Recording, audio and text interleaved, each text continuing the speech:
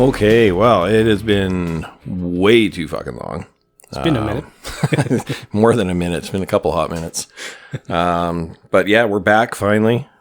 Just the two of us for right now. Our third's going to be coming in hopefully in the next 20 minutes or so. Damn family commitments, trying to be a parent and all that kind of fun stuff. Priorities. And that's really why we haven't been around the last, well, it's been 3 weeks. Yeah, about. Yeah, that's ridiculous. So we're trying to work on scheduling. It's, the only sure things are death and taxes and trying to get 4 guys together in the same room for 2 hours. It seems to be next to impossible. But we had some illnesses last week there. You're feeling better now, Tim? Much better. As he vomits all over the table. No, both Tim and Andrew were under the weather last week, so that was kind of the problem that was holding us back there. And Vance and I had really thought about doing it, just a 2-man show, but weather commitments and, lack of confidence in ourselves, we just said, I don't know, maybe it's not the best idea. But we're trying it now. We got myself and Tim here. So we're going to shoot the shit, guys, bring you guys up to speed on what we've been doing, what's been going on, what's happening in the world, what's going to shit. That's pretty standard. It's been doing that for like 5 years now. I'm just going with the flow. Just ride the wave, man. Woo! Ride the wave. This move from South Africa is, what do you figure? Is like the weather and different viruses that are kind of fucking with you when you get here? Or? I think it's just you guys putting shit in my teeth. Well, see, you brought that South African COVID with you and passed that around, so we're just giving you some Canadian sharing. COVID back now. Yeah, my body's enjoying it. I mean, it's handling it really well. I mean, I haven't fallen down yet. What do you think about our weather swings? How's that for... Oh, they're good fun. I mean, what was it? 2 degrees today, and then 4, and I'm like outside with t-shirt and almost shorts. I'm like, yeah. I'm very impressed at how quickly you've actually acclimated to the temperature swings where now it's like plus 2 degrees. You're like, whew, it's hot out, man. Lady at the gas station the other day said to me, wait till about March and you're going to be outside in shorts and a t-shirt. And I'm like, yeah, can't wait.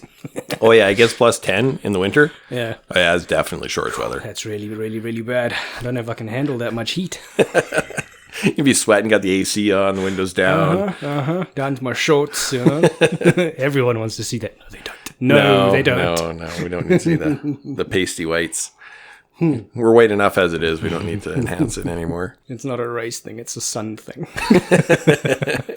No, the change has been different. I mean, coming over from the weather we've had, I mean, we don't get as cold. I think our real colds, it's very rare that we get into a negative. Well, emotionally, plenty. But weather-wise, no. You guys do get snow down there on rare occasions, though, right? In some places, yes, especially up, higher in the mountains and that type of thing. There are places that do get cold enough for it. But where I actually come from, for the most part, there's not really that much snow. We've had in the past, last year we had some, probably in the past 10 years, it's probably snowed twice. And it was, just like a little skiff kind of thing. Yeah, exactly. Nothing too crazy. And then obviously then coming from that straight into this type of weather, I'm glad we didn't. Yeah, at least you got here in the summer when it was nice. Yeah, it was like, nice, oh yeah, this is just like at home. This is great. Yeah, kind of eased into it. It was nice. It teased me really well. It was good. It's good fun. So I'm waiting to see how the next couple months plays out. With Canadian weather, we get about 3 weeks in the spring, not all at once. It'll be spread out like a day here and there. Where it's, it's nice. And you get about 2 weeks in the fall where it's the same thing. And the rest is just bullshit. It's either cold bullshit, hot bullshit, or wet bullshit. But it's just bullshit. It's okay. I'll wear my waders so I can walk through that bullshit. Well, and the wind. We love the wind here in Saskatchewan, too. I've noticed the wind. It's been, it's so sunny and pretty out. And then you step out and it's like, no, it's not. No. Winter loves to screw with you that way. You'll wake up and it's blue sky and the sun's out and you're like, oh, wow, it's a nice day. And it's like minus 50. Mm-hmm. No, it's not my type of thing. I'm not a cold person. I don't like cold. I like the beach. I like to surf. And only surfing I'm doing here is on the interwebs.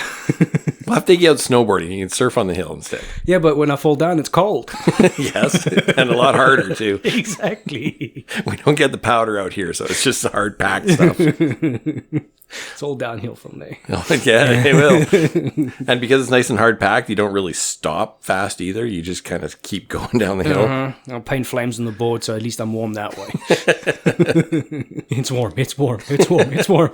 The friction helps, like a little bit. I mean, it melts, it makes it wet, then you get colder. But Yeah, too much friction, wet. No, I've been there, done that. Got a baby on the way. No, nope. Not playing those games anymore. We're not going there anymore. Right? So yeah, no. Otherwise, we've been busy here at work, trying to get things painted and out the door, and working on some cars. Got a cool Model A. I think we talked about that in the first one there. Mm-hmm. It's starting to come together. Yeah. We're about almost a third of the quarter of the way there. Third of the quarter of the way? That's perfect. And then we got finally getting some color on our bus. Finally, after how many years has that thing been here? That thing will have been here. It's been here 8.5 years. 8.5 years. Wow. Yeah. Okay. Well, hopefully in the next 6, I should be able to get some color on the rest of it. Hoping in the next 6 days you get some color on that thing. Well, at least it's making progress, so that should be good. Yeah, it is nice to see some forward momentum on there. So might have to actually start setting up a website and start posting a few pictures and things of what we actually do with the podcast and things and people and places. And yeah, it's definitely something I wouldn't mind doing, getting up whether it's an Instagram page or a Facebook page or whatever, where we can promote it a little more, get some more exposure, let people know more about what we're doing. And like you said, in our really everyday daily lives and stuff as well. Yeah. We would like to start doing some live stuff down the road, maybe. Love to get some video stuff going, but time and budget constraints until we can get some proper studios set up somewhere to do that kind of stuff. But, okay, so 1 million subscribers. We'll start posting pictures of me. yeah, we can, if you want to start a GoFundMe for us, we're not going to say no. We'll just send some banking details and we're good to go. Yeah, donations, cash, Bitcoin, whatever. We'll take it all. Anything green, even if it grows, it's fine. That's what I forgot to bring tonight. You see now. Oh, well. Would have kept me awake. I've been up. Oh, man. I think I was up for like 21 hours yesterday. Why? Because I woke up at 3 a.m. and my brain's like, yeah, we're just going to think about every single thing that has absolutely no bearing on anything in your life right now. And that was it. And then I was up all day. We did my wife catered the Christmas supper for a local company here last night. How did all that go? It went really well. Yep. People were happy with it. There was a, decent turnout. Wasn't as many as they were hoping, but it was still a good time. They had live band. Okay. Band at Regina. They were good. Yeah, the bar was good. Okay. And that's why we were there, because we had to lock up after, closed out the bar and then lock up and wait for the band to leave and all that kind of fun stuff. So it was like 1 a.m, I think, before I finally got home. And so, yeah. No, I guess, frick, that'd be 22 hours. God. I am too old for that kind of shit now. Yeah, I've stopped doing that now. No. Although I don't actually fall asleep easily lately. It's just, I'm tired, I'm exhausted, I go sit on the couch and I start falling asleep, and then I doze off for about 10 minutes or an hour, and I wake up, okay, you're awake now. And you sit there and you start scrolling and watching and scrolling and watching. Oh, that's the worst thing you can do is you pick up that fucking phone and you're done. Your brain's just going. Yep. And I should go to sleep. No, I should go to bed. Go to sleep, go to bed, go to sleep, go to bed. Yeah, but just, okay, last video. You know what I've liked? My YouTube algorithm now has been showing, and they're like 3-hour episodes, and it's history to fall asleep to. So It's like the Norman invasions to fall asleep to, and they're great. They're super entertaining. But because my brain finds them interesting, it's like, you know what we should do? We should go to sleep. And even I try to watch it on the afternoon or the day off or whatever, and sit down and watch it for an hour when you got nothing going on. No, you're done. I wonder if the people that were going through the situations when they were actually filming this whole thing of the history, because history doesn't exist without it being in the past. Yeah. But now they filmed the past. Who filmed all that stuff back then, and who told them they're going to be in history? And do you think they are very excited about the fact that they're using that for us to fall asleep to? It soothes us about all the horrors that they went through. Well, I think it's because the horrors in the past seem to be so much less than the horrors in our everyday life nowadays. This is true. It's for me, actually, a lot of it is looking at the historical timelines for how things happened and seeing that progression. And I mean, history repeats itself, right? We're in that same situation where you can see those same sort of cues where things are happening and they're triggering events, and It's cyclical. yeah. But I could imagine now you have somebody like Hitler out there giving his lovely speech, waving at everybody with his hand up, held up high, and their pretty mustache. And everybody in the crowd's like, "Shut up, Karen!" God, I can't believe this guy just doesn't shut up. I'm not gonna march. Like, really, Karen, just let it go. It's really triggering. It's kind of offensive and hurting my feelings. I've got trauma. I had to get up this morning at like 9 o'clock. Trauma or Trumpa? That sounds like a good medication. The Trumpa? Now available in, I don't know. Now available in Vicodin. I was thinking suppository, but okay. Some stuff I'd rather not take anally. Actually, I say there's a lot of stuff I wouldn't really want to take anally. I was about to start listening and questioning. Yes, no. Maybe. Hey, the internet said it's not gay, okay? But who is the internet? Well, the internet's dead, typically. It's, dead internet theory, and it's all just fake bots and fake accounts and AI. I wonder if we're going to have AI friends. Instead of like imaginary friends, it's going to actually become AI friends. So they're real, but they're fake. Yeah, they've already got apps for them. Like your AI girlfriend or your AI boyfriend. Actually, that's true. I've heard stuff similar. Now they're going to start doing the actual robots when they start transitioning from those sex dolls and those fun things. Yeah, your actual like sex robots that are... That's exciting. Yeah. I don't know. I guess on one hand, there's a lot less headaches to deal with. Yeah, on the other hand, you have to carry a fucking robot. Well... Those are heavy. I'm hoping that they at least walk themselves. Well, fair enough. I'm thinking of the ones that they bring out with wheelchairs and stuff, They have to make them all realistic. Equal opportunity. It's a handy-capable robot. Veterans. Oh, man. I was a Pentium 1. See, this is why we can't get subscribers, because we're just getting canceled. We're just canceling ourselves before we even start. How offensive can we be without being offensive? Well. Two Jews walked into a bar. No. We're not going there. I was going to say, you would have thought one of them would have seen it. I was going to say, one said, ow. Boom. So what's your plans for over New Year's? Over New Year's? Well, we're gonna be having a get together, and then I know Vance has got a cabaret that they're putting on in town as well. So we're not really. I'm kind of out of that kind of cabaret socializing kind of phase. It's like I understand why when I was young, everybody that was like over the age of 50 always seemed so fucking grumpy. It's because everything pisses you off when you're at that it really age. Does. Oh my god! I just want to grow a patch of grass outside just for people to go stand on for me to say, "Get off my fucking lawn." Exactly. Yeah, 100%. I don't know. I used to love going out and socializing and going to the things like that, like going to the club when I was younger and all that. And fuck, I can't be bothered now. Everything annoys me. It's like, yeah, I just want to sit at home, get stoned, watch some TV, play some video games, and solve the world's problems in my head. I'm exactly the same. Ange always said that I'm that grumpy old guy at my age now. You're not even old yet. Yeah, no. I have people walking past my yard and kids running around and just being kids outside in the yard, and I'm like, get the out of here. No. Yeah, no. You damn kids, get off my grass. Yeah, I tried that. Parents complained about me beating them. Well, I mean, they were stepping on your weed, so. I didn't mind that so much. At least then it was, cross-braced and cross-contaminated. Yeah, fair enough. Squish it down a little bit. Yeah. Compactum. Yeah. But yeah, it's just, I don't know if it's just a byproduct of getting older and, you're always yearning for the glory days, right? I remember it was so much better when I was younger, right? And everybody says that. Whether you're 90 or 20 even, right? It was so much better in the past. And it's just, I think it was shitty all the time.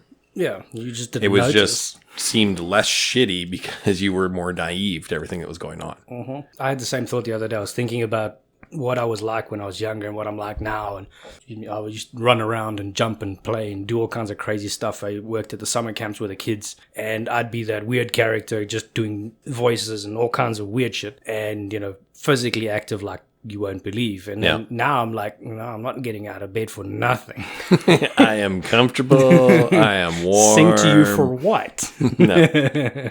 Yeah, it's tough. And that's kind of why I like doing these too, because it does force us to get out, have conversations, stop looking at our fucking devices and just try and, like I said, bringing back that art of conversation, sitting around and talking. It's something I've forgotten how to do, because I used to be able to talk like crazy, but I think it's my wife's fault. I think it's Angie's fault, because when she talks, she fucking talks.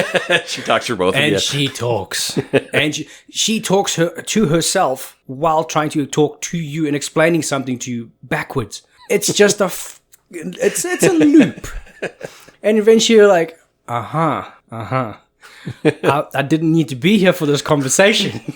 You could have got it. I'm just gonna go outside. You just let me know when you're done, and I'll come back in. Come back, and she's still going. And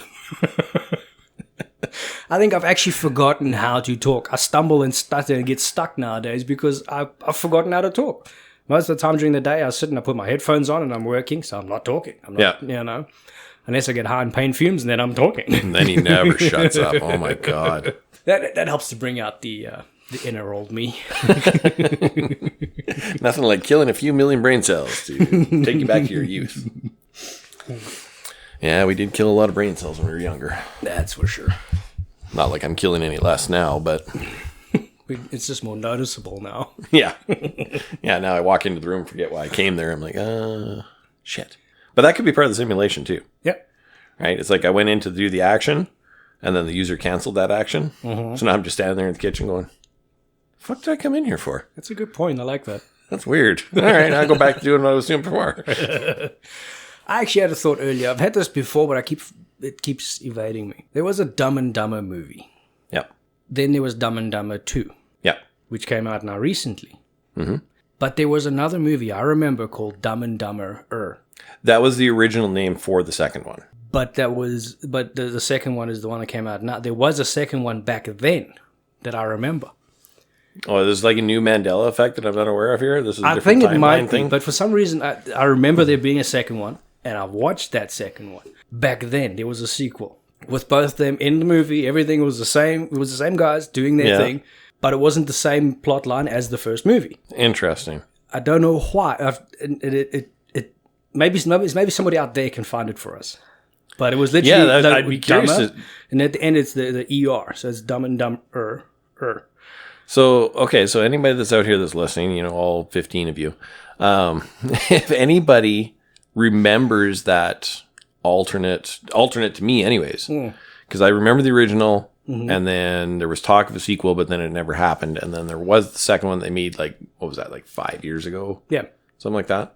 So if anybody remembers there being one prior to that now it doesn't exist, kind of like Shazam. Uh-huh. Right? And I remember that fucking movie. I never watched those. I remember Sinbad in that shitty fucking Genie movie. And then I remember being pissed off that Shaq remade that movie as Kazam. Like, you couldn't even come up with a better fucking name than Kazam versus Shazam. Like, give me a fucking break. Like, I don't know. Maybe they're just gaslighting us on this one. Mm-hmm. But I'm sure there's a few that they're busy testing out a theory to see how much they can get away with changing and us kind of notice and not notice. Yeah. But I think there definitely is a timeline slip or a shift somewhere. Something strange. Yeah, it's either, and I mean, you can say whatever you want, but it's kind of a weird coincidence that a lot of these Mandela effects started happening when they started doing the Hadron Collider. Yeah, there's a lot of theory behind it. It could be coincidental. Yeah. But they know what they're doing. I have my doubts. And like you said, maybe it's a combination of both, right? Uh-huh. So there was some time slipping going on. Mm-hmm. But now you got like the whole, not MK Ultra, but the CIA and above, because it's not the CIA. They're just a puppet like everybody else. Well, they're one of them. Yeah, and they're just gaslighting us to see how much of history they can erase. Mm-hmm. Right? Mm-hmm. Start with little things, make little tweaks. Oh, well, you guys are just crazy. It's always been like that. Mm. No, fuck off. It has not always been like that. Mm-hmm. JFK was not in a 6-passenger fucking limo. I don't give a shit. He'll fucking die on that hill. And when that one first came out, I phoned my parents because they watched it live when it happened. Like, it was on the news. Did they watch it live and then They remembered the fucking 6-passenger car. Okay. I'm like, Jesus Christ, you guys aren't even my fucking real parents now. Now I got alternate fucking parents that have a different fucking memory from what I had. That's actually a pretty good point. Like, how did they choose who to bring over on this timeline? That's the other question. well, and Tilly and I have had that where a lot of our memories or mismemories, if you want to call them that, they jive, but there's some that don't. So now we're like, you're not even my real wife. You're like some alternate version of my wife. It's like I'm some alternate version of her husband, right? So it makes you think on how fun of a split there is on every timeline, if there's actually that splitting connection. Because if you think about it, one day you decide, all right, red shirt or blue shirt. And one day you wear the red one, you end up in a car crash. One day you end up in the blue one, you end up a millionaire. Yep. And how many of those little changes, little decisions you make that actually branches out? Yeah. Well, I've always had that kind of that thought that every decision you make spawns an alternate reality, right? And there's just an infinite number of realities that are all meshed over top of each other, right? Like, I don't think there's another Earth over here and another one over here. Like, I think they all exist in the same place at the same time, but they're different, right? So like you said, right, you woke up in the morning and you wore the blue shirt instead of the red shirt. Well, now there's an alternate reality where he's wearing the red shirt instead of the blue shirt, right? And Tilly and I we had an interesting, and this has changed too from when it happened. So we were in Regina, and we're coming down one of the main roads, turning onto another main road. So I'm sitting at a green light waiting for traffic to clear. Traffic's gone. So I go to turn left through the intersection. Hang on a second here. I'm just going to pause this. Sorry about that, everybody. We had a little delay. Technical difficulties. Vance has been wonderful enough to join us now. So we're now 3 small town men. And any word on Andrew tonight? I have not heard. Last I talked to him yesterday, he said he was probably going to be very late if he was able to make it. So, and I just saw a message. Andrew's actually just finished supper. So I've had Tim message him that if he wants to come in, he's still going to come in. So he'll be joining us shortly in a bit as well. So that's awesome. Cool. Now, before I was rudely interrupted, what were we talking about? Right. Timeline, alternate timelines, multiple dimensions, all that kind of fun stuff. You missed all the good stuff, fans. Anyways, I was telling Tim about this story with me and Tilly. We were driving in Regina, and the whole premise, because we're talking about crossing timelines and Mandela effects, and when you have, like, Tilly and I are very similar on a lot of our mismemories, but some of them are different. So technically, she's not my real wife. I'm not her real husband. She's an alternate version, and vice versa. Oh, I see. So that's a weird fantasy life you got going on. I know, it's very strange. It's like swapping without swapping. So anyways, we were driving in Regina, and we were coming down Broad Turn on Sass Drive, 2 major roads in Regina. And I'm at a green light, waiting for traffic to clear. Traffic clears. I go to turn left, and all of a sudden, Tilly just ducks and screams in the car. I'm like, what the fuck? And she stops, and she sits up, and she's like, where'd that fucking truck go? I'm like, what are you talking about? So he said, there was a black truck speeding through that fucking intersection that was going to T-bone us. That's crazy, man. Like, there was no truck. So, okay, whatever. Little crossover of realities there. Now that his memory has changed for Tilly, she remembers that same thing, but it happened on the highway. That we were crossing the highway, and the truck came. Well, let's just hope that's not a premonition, because we've all had deja vu. We've had that. Right? Yeah. No, but I think that's like we were talking about earlier, right? Every decision you make in your life potentially spawns a new reality, right? So there's a reality where last Saturday we did do the podcast. That is true. Right? And we weren't wusses because it was cold. Exactly. There's also another reality where you didn't come in tonight, or you wore a dress shirt instead of a hoodie, right? Every decision that you make, Or a dress. Well, you never know, right? I'd rather avoid that reality, but in theory, yes. I was thinking about this whole alternate timeline thing, and I don't remember where it came from. Obviously, I was probably listening to some podcast at some point, and they brought it up. And so, your mind goes down these little wormholes. And I had come up with a pretty internalized solution as to why it's not actually, like collapsing the string, right? Basically. And for the life of me, and I wanted to bring it up, for the life of me, I can't remember the solution I came up with, right? You know, because you're talking about a whole bunch of potentialities, and it had to do with Schrodinger's cat theory, right? You know, where at the quantum level, everything can exist in two different realities until it's observed, right? And that's when it collapses down. But, I mean, at the root of it, we're all observing.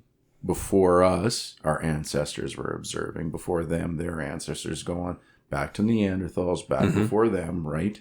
So, but who says the observation of the state has to exist from what we recognize as consciousness, right? I mean, there's that whole argument. I don't know if it's true, but they say that when you cut your lawn, your grass gives off an ultrasonic pitch that could be interpreted as a scream, as in it feels emotions. It's observing the world around it and reacting to it. Millions of vegans are starving to death as they realize their carrots scream when they cut them. Exactly. There is that concept that they talk about, that all plant life is connected somehow and is its own, maybe its own form of life.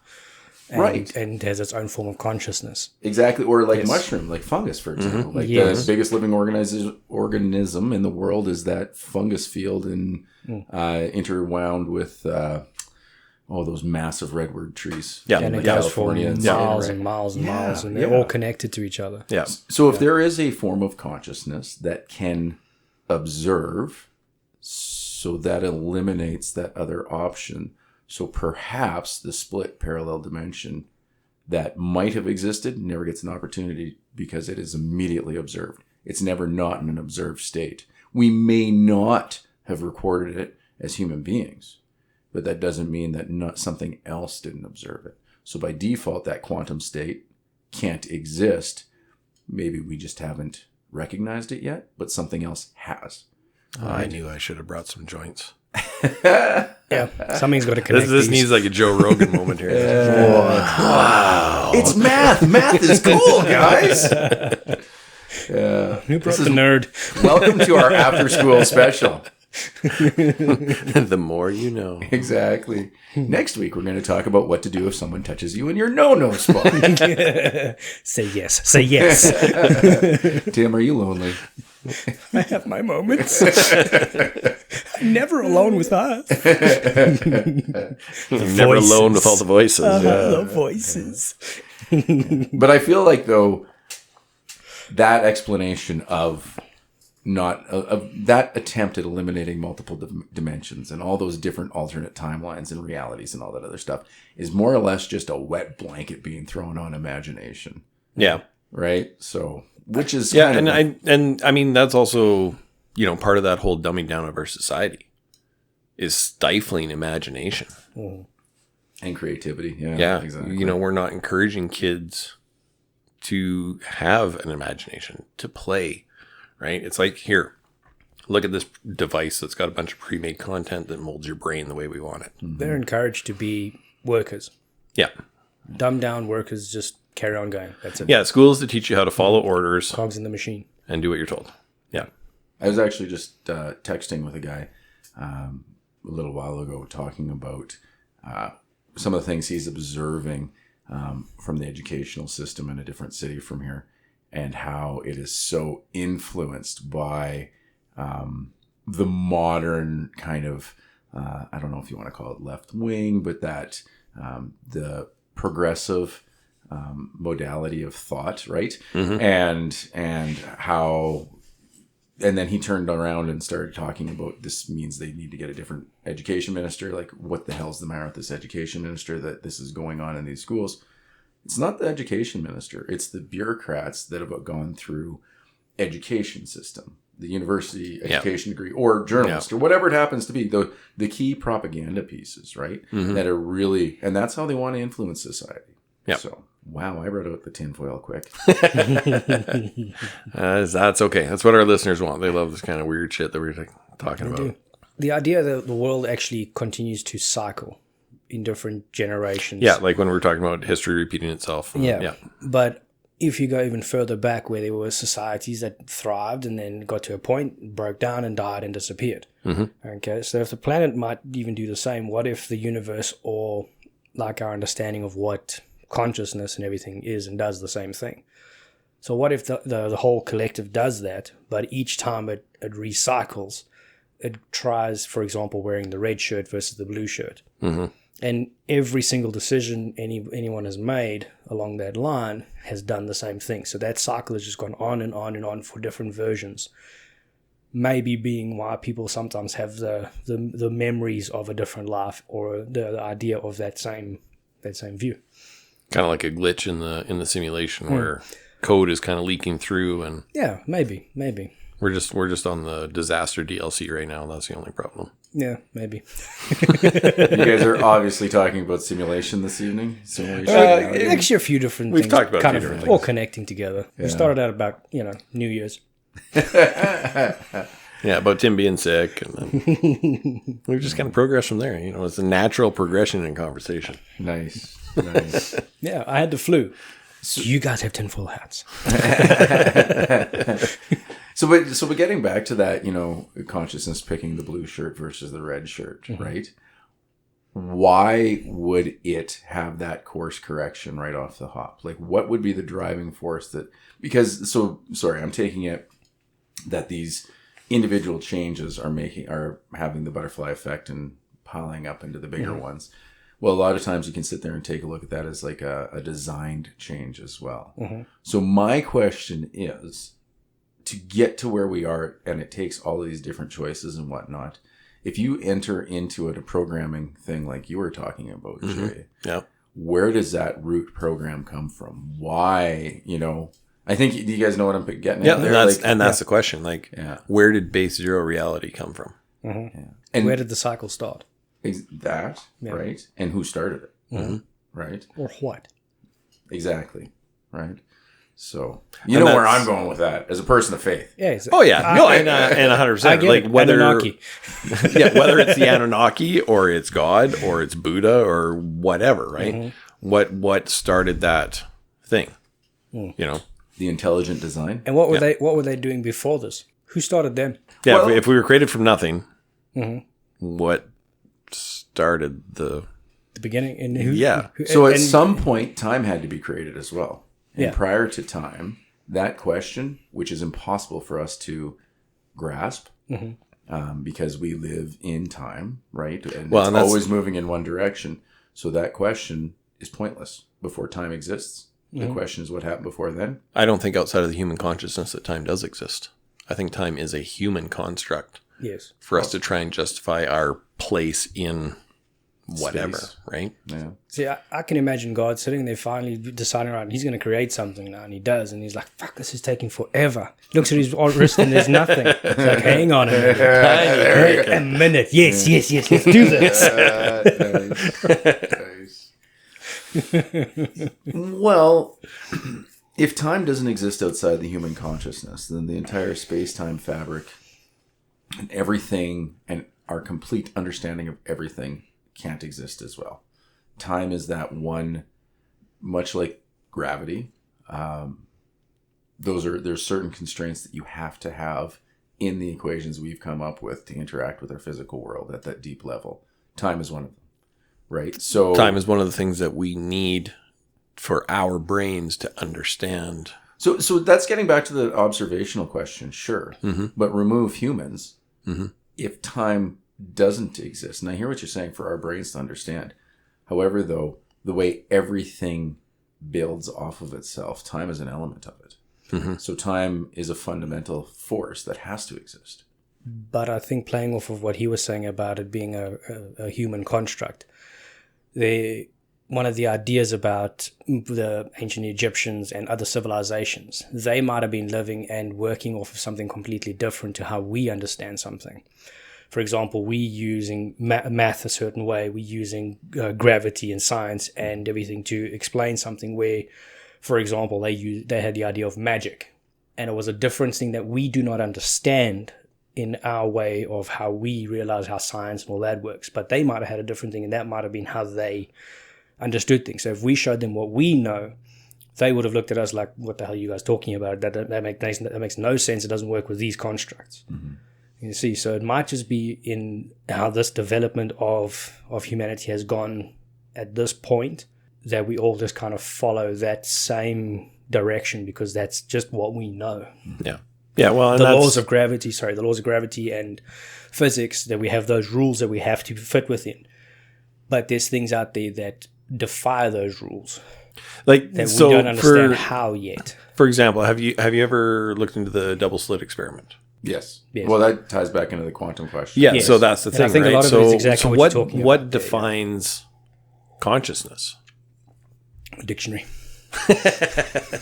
That's a solid answer, dude. I can't argue with you on that one. So it depends on what level of consciousness you're talking about too, and this goes back to that grass comment that made earlier on too, right? You know, so it really depends on your level of consciousness that you're getting at. There is no one definition, arguably. Yeah. Right. It's like, is a person who's in a coma and brain dead, right? The valuations on that, right? The whole, you know, I think, rolling back to what Tim was saying though earlier on about our understanding of time, and also you as well, it doesn't matter if we don't have a complete understanding of time, right? At one point we thought the earth was flat. Apparently a lot of people are starting to think it is again, but that's a whole different TikTok's pushing it. conversation. We're not going through that No, one. That's once again part of the dumbing down of society. Yeah. Well, yeah. Anywho's it. At one point, we thought the Earth was flat. At one point, we thought that we could never go faster than the speed of sound. At one point, you know, all these things, you know, lighter than air vehicles were impossible at one point. So, our understanding and our ability to manipulate these factors has changed over that time. Mm-hmm. But the base rules haven't. Just our ability to work with them.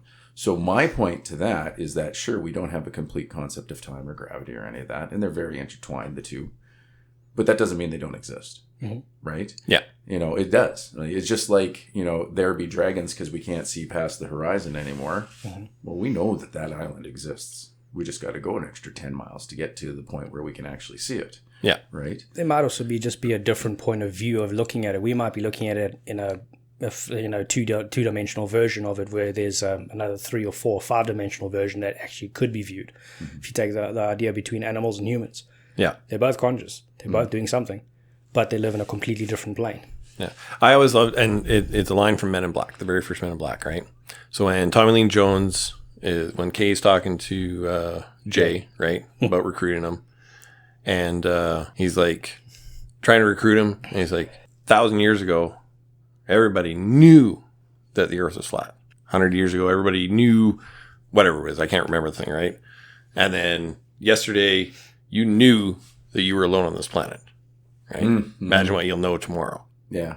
Yeah. Right. So it's this whole mind expanding thing, right? Like the possibilities are really endless. But I'm going to pause this again here for a second. Mr. Tate has joined us again. Andrew fucking Tate is here again. Woo! So I'm going to go let him in, and we will be right back. All right. We are back at it again. Once again, Andrew fucking Tate is with us. It's man, the myth, the legend. I'm actually glad you were able to make it tonight. I was worried you didn't be able to make it in, so it's nice to have all 4 of us. That's what she said. And you were all blessed with my sultry voice after coming off a cold here. So. He's got like the sexy Phoebe voice going on. It's a problem with a stomach bug. It doesn't even do anything good for you. At least if you get a cold or something, you get that nice deep Vin Diesel voice or something, something good. Yeah. With a stomach bug, you just get to paint the toilet. And Yeah, you just sit on the toilet and hold the bucket. Weight loss? I guess. Yeah. I mean, You got along an with excuse extreme dehydration. Free colon cleanse. Well, if you plan it out right, once you let it all out, take a sip, take it back in, it'll keep cleaning you out. But to rehydrate from the fluids, It's like flushing a radiator. Remember that vomiting sound you made at the beginning? told you it's all cyclical. I'm not down for that cycle. So you're feeling a little bit better now from last week? Yeah, it's been 2 weeks going on this cold here. So, Still fighting it off? yeah, it's more just a cough at this point, but it's annoying. Goldenrod tea. Goldenrod tea. Yeah. I had another friend recommend taking spruce or pine needles, Yep. boiling them. Yep. Pine needle tea is very good too. Yeah. You said just not black pine. I was like, wait, I don't think I have any of that. No, we don't have any around here. So, I know who you were talking to. He said the exact same stuff to me, man. And he made a little little pine needle tincture out of the correct ones, and I've been trying it. It actually has been working. It's really effective. I had a never-ending lung infection, bronchitis, and it just I'm on 3 months now, and it's finally starting to break. I actually went for a couple of runs, and it's nice actually having almost energy again. You can get almost back into it again. Yeah. It's weird since this stupid cold started happening, and I've had this like in the back of my mind. It's like, am I going to be able to do triathlon again? Not that I'm obsessed or anything. That's it's an addiction. I'm pleased to say for the 4th year in a row, I will not be doing the triathlon. One of these years. Somebody's going to run it. Yeah. And then the other one was cedar, like pyramidal cedar leaves. Mm-hmm. You can make a tea out of that as well. Yep. High in vitamin C, I think. Yep. Yep. Yeah, it's really good. I harvested a bunch of goldenrod last fall. I've still got a fair bit. So, I mean, if you do want some, I've got some you can Might make have tea to out maybe, or maybe combine all 4. Just mix them all one massive super drug tea. Yeah. It's all natural, so, I mean, it can't go wrong, right? Then you might be getting that colon cleanse that Tim was talking about. I'm still trying to get over the fact that you're offering him your goldenrod. And he seems down. Just the tea from it. I just dunk it in some hot water. Let it marinate for a little bit. Just really got to let it soak in the throat. It's soothing. Get rid of that cough and get some gagging going. Man, that does not sound healthy, dude. Oh my goodness. Yeah, give me the rod. Yeah, maybe you shouldn't come in here to infect us all. A small room with no ventilation whatsoever and a large man hacking on us. Share, baby, share.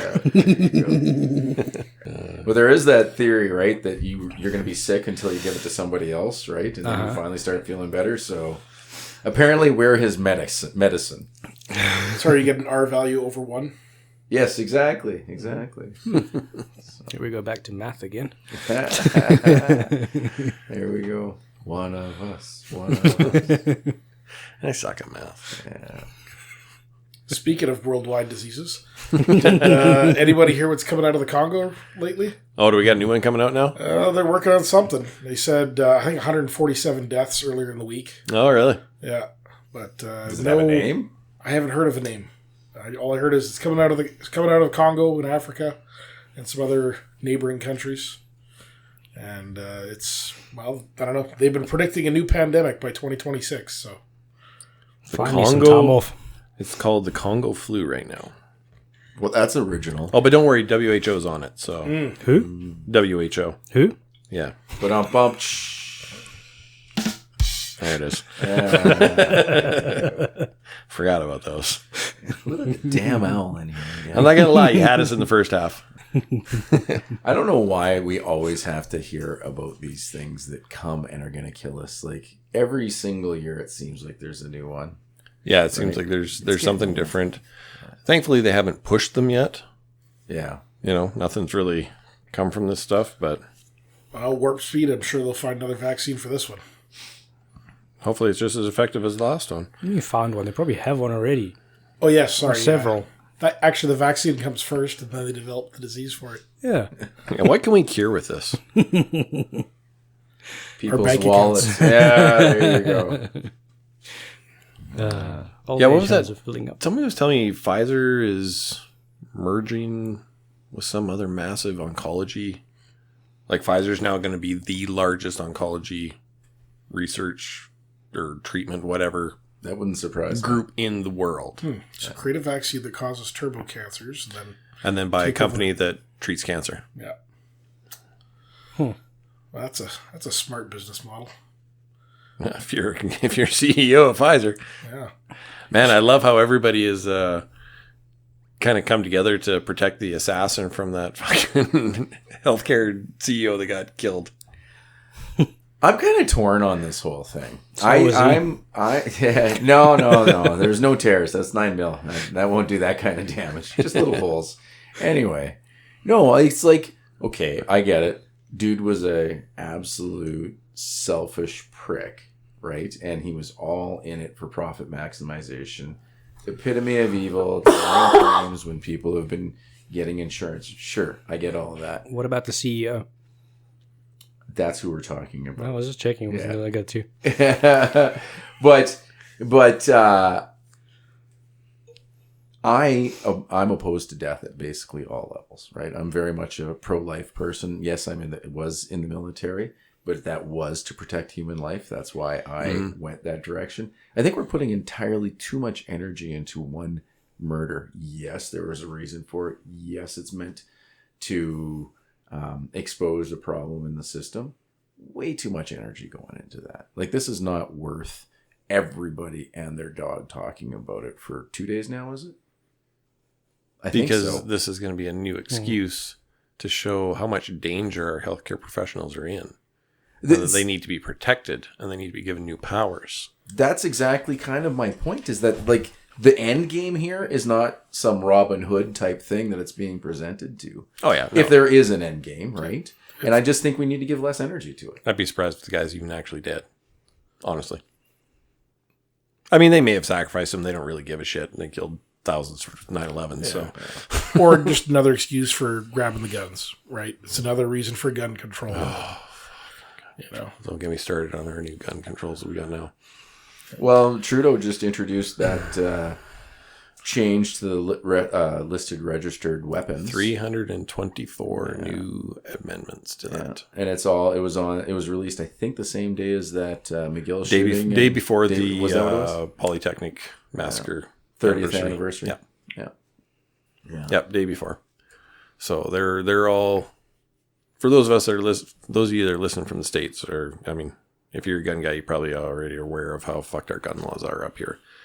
But our government just added another 324 to the other 1,500 and some that they had previously banned. And not even through the proper parliamentary process. They did it's the equivalent of a presidential order down in the States.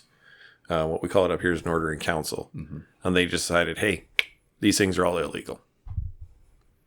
No discussion, no tables, no voting. Didn't go through the Senate. It's just law. Yeah. Oh, if it's only 1,500, I mean, millions of people, I mean, it doesn't make sense. Those 1,500 people can sit without their guns. The other millions can keep them. If only it was that easy. It's an additional 341 styles of weapon. Yeah. Right? So, like, say you've got, the AR-15 has been demonized, right? So what's the next one going to be? Like lever action 30-30 Winchester? Who knows, right? Yeah. And it's just like an entire class or style of They're weapon getting to the point, right? anything more than a slingshot, they're going to take away. Oh, Actually, yeah. slingshots for the most parts are already kind of prohibited. Mm-hmm. So they're ahead of you on that one.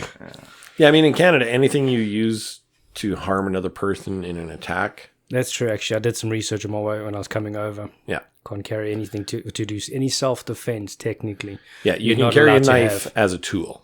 But if you carry it for defense... there's a lot of paperwork to have to try and swing on that side of things. When I was doing the research on it. Yeah, it's all in how you articulate it. But Yeah. Well, I think the technical definition of a firearm in Canada is any projectile over a certain meter of force. 300 feet per second? Yeah, or No, they it's also higher have than kilojoules, I think, too, like in Yeah. terms of the actual force output. Yeah. So, Yeah. But anything manufactured prior to 1885 is not a firearm in Canada. I gotta go with that rotary Gatling gun then. Yep. It's technically, according to the rule of law, not an illegal... It's not a firearm in Canada, so it's not illegal. Seriously? Yeah. However, if you use it to harm another person, now it's a weapon. Wow. Lawyers are so much fun. Aren't they, though? Aren't they, though? I mean, technically, we've all got a belt knife on, right? No. No. No? Mine's in my bag. Or not a belt knife, like a pocket knife, right? With a belt clip on it, right? Technically. Everybody. If it's spring-loaded or it's assisted, it's not allowed. Oh, yeah, I know. But the point I want to make, though, is Yeah. because I've got this in my pocket and it's not immediately visible, Yeah. if the police wanted to, they can arrest me for carrying a concealed weapon. That means I can't say anything. Because everything I say most of the time when it comes to those instances is just hurtful.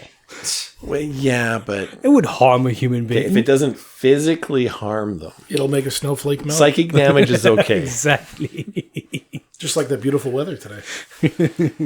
That was awesome weather. Now Yeah, it's that's what I was raining. saying. We were saying earlier. I'm really impressed at how fast Tim has acclimated to our winters already because he was outside in a t-shirt today. No way. Well done. Attaboy. There you go. A couple of weeks of -20 though, it puts antifreeze into the system really quick. So Actually, quite surprised myself. I knew I'd acclimate at some point, but that was quick. today was ridiculously nice. That Yeah. sun, just when you put your face to it, man, you can feel it on your skin. Yeah. It was amazing. And then we get the freezing rain tonight, followed by the snow. Fun stuff. I've seen forecast models anywhere from a centimeter to 20 centimeters for our area. So Oh, goody. I've seen roll the dice, see what we get. I've seen forecast models too, but they're usually on TV pointing out the weather. Against the green screen. They could be. Depends how convincing you are. I'm not giving you the benefit of a laugh track for that one. It's okay. I'll do it myself. You don't even get the rim shot. Ooh. Shot, not job. So back to this Congo flu for a second here. The other thing they've been pushing in the news media is the avian flu. So I actually got a letter from our government saying, "Hey, Mr. Backyard Chicken Owner, be aware that this is going around." Yeah, from the Saskatchewan government, warning that avian flu is going around, and you may need to call your herd if you get it. And saying, make sure you try to keep out wild birds out of your barns and things like that. But How did you get this? in the mail to my mailbox? Seriously. Absolutely. But they're on Free strike. strike, I'm assuming. Yeah. No, I haven't. Oh, okay. I don't have any sick birds or anything. But I think it just went out to anybody who's registered with the province through one of their different farming programs. So A lot of the chicken suppliers will have information on who's bought poultry. Really? yeah, like when you go to PV Mart and you got to register your phone number. The government's getting that data behind Yeah, the scenes. you got a chicken registry to go with your gun registry. Nice. Because God forbid you grow your own food and sustain yourself. Yeah, isn't that the truth? Can't have that. Well, they do that in South Africa. If you've got a river running through your property, they'll tax you on that river for how many liters run through that property. Yeah, well, and there's states down in the U.S. where it's illegal to collect rainwater. Same with the what you call it now? There it goes, gone. Somebody canceled your action on the simulation. Hold on, it's buffering. You need to download it more. Electricity, solar power. Oh, yep. They'll tax you on that too. If you're not buying electricity from the government, they'll tax you on your solar power. For Where's what this you- at? South Africa. That is insane, Yep. man. Yep. Because they're losing in their income, so they'll tax you on what they've lost. So they'll come to your property, install a meter on your system, and then figure out how to Pretty tax much something like that, yeah. it. Wow. Or it could just be a set thing. You've got X kilowatts of Yeah. solar generation that's equivalent to this amount. Yeah, they look on Google Earth and see how many satellite or solar panels you have. And Yeah. Yeah. they'll find a way to tax you. all The air you found breathe, the water you everywhere. drink, Yep. and the sun that shines on you. Yep. Taxes. Woo. When's the next Canadian election? October of next year? Has to be of October of next year. Yeah. Yeah. The latest one. Yeah. Hopefully The- sooner. The Conservatives are supposed to be doing another non-confidence. Yeah, but the vote, NDP but- keep. Oh, backing I know. the Liberals, Yagmeet's so- not going to fucking... He wants his pension, right? If he doesn't Yeah. make it to October, he's not getting his pension. Yeah. So Yeah, he's got to make it there to get that 200 and whatever thousand per year for the rest of his life. To do nothing. He's going to be slumming it then. Yeah. No, don't worry. He's got lots of kickbacks on his kickbacks. Same way Trudeau went from, 3 million pre-prime minister to Oh my goodness. over 300 now. over I think, or 300 something. now. Yeah. Like 100-fold increased his Yeah. wealth. Yeah, on a salary of $300,000 a year. But there's nothing sketchy going on. No. No. Of course not. Just like senators in the U.S. that are, multimillionaires making $150,000 a year. Or there's ETFs that now track Nancy Pelosi's stock trades. Well, exactly. Yep. Well, yeah, because follow what the big dogs And it's do, been right? beating the S&P 500, so hey, why not? Yep. Yeah. It's almost like they know what's going to happen before it happens. That'd be insider trading if it was you or me. Rules for thee, not for me, right? Do what I say, no, not what I do. Yeah. Oh. Yeah, exactly. That's 100% it. Mm-hmm. So what was it that you had talked about RFK and the anti-pharma advertising? Oh, well, that's one of the platforms he was running on. I'm just Right. it just kind of popped back into my head with this kind of talking. I'm like, oh yeah, what was that all about? Because I was going to look into it a little more, and I just never got around to it. So one of his big problems, he's got a lot, but one of his big problems with pharma is conflict of interest, and also he strongly feels that they should not promote the drugs, right? That's what a doctor's job is. They are to sit there, have an interview with you, diagnose what you have, and then turn around and say, hey, you need X, right? Yeah. Whatever that X happens to be. It shouldn't be the latest, greatest Cialis commercial that you got to watch during Fox News that you think, oh God, I need this. Or, oh, maybe I have ADHD. Or, oh, Yeah. I have low energy. Like, who knows, right? And there's only, 2 or 3 countries in the entire globe that allow it, like New Zealand, the United States, and let's say North Korea, because that's lots of evil. No, maybe there's only 2. Maybe it's only New Zealand and the States. But there are very few countries actually allow pharmaceutical advertising on television. And he wants to get rid of that. Does Canada not allow it anymore? No, we do not. We get it because of, Because of the American feeds. Yeah, Oh, okay, exactly, gotcha. right? So we get it, but it's not, no, you can't do it on a Canadian channel, Gotcha. right? Like, Okay. I would say in a similar vein, they need to look at compensation and lobbying from pharmaceutical reps to the doctors. I mean, you literally had, when Viagra was first coming out, the Cialis, where these pharmaceutical reps would get budgets of like $100,000 a month to go and entertain and wine and dine doctors, and they wouldn't even be hiring, medically technical representatives. They'd be hiring like ex-cheerleaders that, put them through a medical language, course, and then send them out into the field and go sweet talk doctors, take them out to, $10,000 steak suppers and things like this. Yep. So you'd say they'd be doing a hard sell. I'll give you that one. well, we know Well, that's kind of the marketing point of the drug, right? Yeah, what is it? Yeah, exactly. Well, it's all the stiff competition. Is that field testing, market research? Yeah. But no, like you do know that marketing works, right? And it's proven. yeah. Or else, I mean, time and time again, it's been proven, right? There's a reason why the ad industry is worth hundreds of billions of dollars globally every year, right? It's all propaganda, and it all triggers and flips those little switches in our brain that makes us go and do stuff that they want us to do, And there's no reason why a commercial should have the right to want you to get this different type of blood pressure medication, Yeah. right?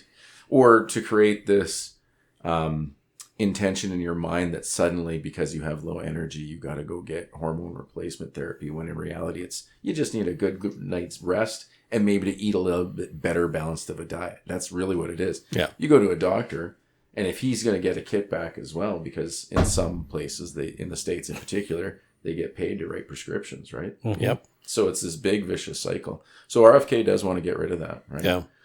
I'd love to see him do that, make America healthy again, right? Well, that's, push to the home gardens, right? Get people eating non-processed food. I know we talked about this in the other podcast too. Like, that is a huge fucking thing. The dyes and the chemicals and shit that we're putting into our bodies for the sake of convenience and saving money. Why is organic food the most expensive thing you can buy? Exactly. I mean, it's got a shorter shelf life. There's less produced, blah, blah, blah, blah, blah. There's a million reasons why. But how many of them are true? Yeah. Right? So, I mean, it's sad when cucumbers are cheap for 2-3 weeks a year in the grocery store. You know what I mean? So, heck, I think I got zucchini plants still growing in the garden at this point. But Well, and it goes back to that idea we had in the last podcast of those more localized, vertical farming or pod centers of local greenhouses. Instead of importing salad all the way from Mexico, literally you could have more localized resources growing fresh produce. Essentially, it's just driving down that cost curve and having, you talk about tariffs in the U.S. and things like that. I don't know. Maybe we need to do that with food to a certain degree. Once the industry can get established, if you need some protection. I'd rather see it on that than, steel manufactured products. And, if you're talking about perishable items that have to go 3,000 kilometers, that just doesn't make logical sense. No. And then you've got the outbreaks right now. There's salmonella in all these bagged salads. There was a recall that happened today. So you talk about product quality and importing, potentially fairly dangerous, contamination into our products that we eat. Yeah. Well, and you look at the switch just in the last 30 years, because growing up, everybody, in small towns especially, but even in the cities, most people had a fucking garden, right? Mm-hmm. It was enough to support a family of 4 or 5, right? Mm-hmm. And you get fresh meats from the butchers, and now that's all just gone, right? It's all pushed to these big, farms down in Mexico and California. And it goes back to what Tim said earlier on. They just want consumers. They just want people to go to work. Sorry, you said they just want workers. Workers right? need cog. This is the other side of the coin. It's all the same consumer, system. Right? You work and then you consume, right? Mm-hmm. Yeah. So they just want consumers. They just want little automaton drones that produce and consume and produce and consume. Consume, obey. Yeah. Consume, obey. Yeah. There you go. So, and here's the thing too. There's all this concern about the environment and whatnot, right? Well, in Saskatchewan, there's so much waste heat with carbon tied to it that they could capture easily, like from the oil fields and like IPSCO and all those other places. You start capturing that heat and the carbon and throw it through a greenhouse, right? So you're cleaning up the air. That is important. Removing the greenhouse gases that are important, and using heat to grow vegetables, right? And it's not as intense. So if you do believe in climate change and all those other aspects, you're reducing the footprint. Plus, you're doing a locally grown vegetable, right? Mm-hmm. So you think about the carbon capture storage, and I think it was almost $1 billion that went in through taxpayer subsidies for this technology. Yeah. You think of what you could have done for developing a made in Saskatchewan greenhouse approach. So you literally have miles of greenhouses that are attached to Boundary Dam or attached to the power plants down in Estevan. Yeah. And what that would have done for economic opportunities and job development, look at all the produce in your market. Look at all the waste land around the power plant, all the spill piles from where they were strip mining the coal. Mm-hmm. Push that land flat again. And like you said, there's your miles of land where you can put these greenhouses. It doesn't even need to be flat, right? No. But you can't do it on those spill piles that are like... Not the ridiculously sloped ones, but like if you go back the 50 or 80-year-old ones where they've already kind of slumped down a little bit, yeah. Exactly. Exactly. It's the red dye number 4 kicking in. Exactly. But with his Make America Healthy, when he went and ate McDonald's with the rest of those guys, the optics on that is just stupid. Now, don't get me wrong. I don't agree with everything that RFK Jr. has said. Mm-hmm. He's got a lot of flaws too. But I do think he's a really good bipartisan politician. He's an old school Democrat. He's a lawyer. He cares about the water. He cares about the air we breathe for in-your-face, immediate reasons, not for lofty pie-in-the-sky reasons, right? And he kind of walks the walk ever since he quit doing heroin. So it'll make a difference in a person's personality. So maybe there's hope for Hunter Biden then. Yeah, exactly. I mean, he is going to be freshly pardoned. Maybe he's going to turn over a new leaf. Or he can just start right over from fucking square one again and just fucking ramp it all up. But let's face it, though. I mean, they are the party of honesty. So the reason why they're pardoning him is probably for good reasons. Sorry. It's something in my throat there. A little bit of bullshit. There's always a good reason. I'm curious, like, what is the Democrats' point of view? Like, what do they think about that? Like, are they just, like, cool with it? Like, and it's an 11-year pardon. Yeah. Like, it's insane. That's a pretty specific... To steal from Jon Stewart, that's a very specific time period. Why 11 years? Like, 10, sure. Like, that's a random number you can get behind. But 11? Like, it's got nothing to do with his dad's involvement in politics. And, like, what happened 12 years ago to 11 years ago? What changed in that 1 year? That's what I want to know. Probably another Me Too case that's stuck in there somewhere that they kind of just, hiding. I think that's too basic, man. I think it's a lot deeper. Like you take a look at so go back to the crypto, the fake crypto exchange that they were doing to fund the Ukrainians that were going around and coming straight back and funding the Democratic Party, right? It's going to be something on that level or higher, I think. That would be harder, or possibly like a murder or something that we don't. But then one of the things I heard is that because he's now had a pardon, now he can't plead the fifth. So if he does end up going before Congress, so they might have opened themselves up to some scrutiny that maybe weren't anticipating. Interesting. So there's a big difference, though, between saying I plead the fifth and I do not recall. Mm-hmm. So you can plead the fifth without pleading the fifth. Yeah. Right? Yeah, that's true. I just don't remember. Stop giving him advice, dude. I just don't... Hunter, if you're listening, don't listen. I just don't want false hope, if that makes any sense. I'm a wet blanket type human being, I guess. Oh my God, my hope has been fucking gone for so many years. We're not going to know the truth for another 20, 30 years at least, right? There's a reason why they declassify those secret files 20 or 30 years later, because anybody who could be held responsible is dead. And by that point, everybody's already heard enough of the stories that they just don't care anymore. Well, even Trump didn't declassify the JFK assassination files in his last presidency. No. Right. But- so you're going on over 50 years at that point. But reason why was he, at the time, he actually spoke about it on the Joe Rogan podcast, that exact thing. He said that part of it was that people that were involved and were part of that, some of them are still alive and still, around, and things can still happen. But he plans to now in the new presidency to actually release it now that it's done. He's just going to let go. So we'll see. That would be cool. Yeah. I don't believe it, but that would be really cool. I know. Now we can find out if it's actually a 6 or a 4-door limo. In this timeline, it's a 6, man.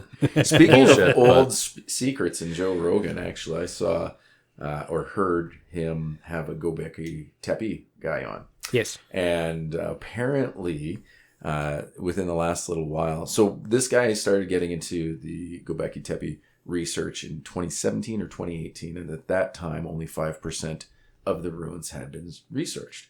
And he wanted to return to it, and he's created a successful podcast or YouTube channel about archaeological research. That's kind of his thing, and he's an entertaining guy to listen to, and I wish I could remember his name.